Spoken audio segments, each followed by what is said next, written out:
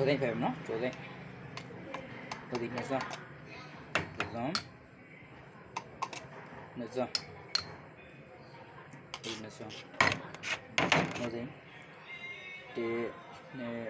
3 4 5 6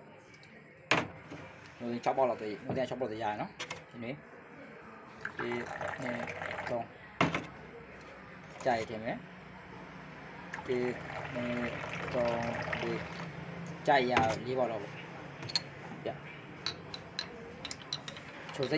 မ့်ရှယ်ပေါ့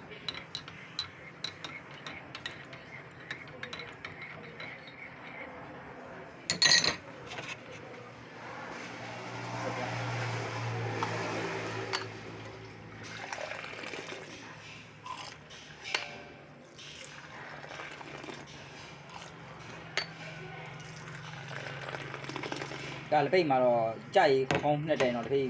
ရတာပိုကောင်းတာပေါ့နော်ဒီကကြိုက်ဝင်တစ်ဖိတ်ဒီကမှာနိုးသင်းရချိုးသားနဲ့တူထည့်ရတော့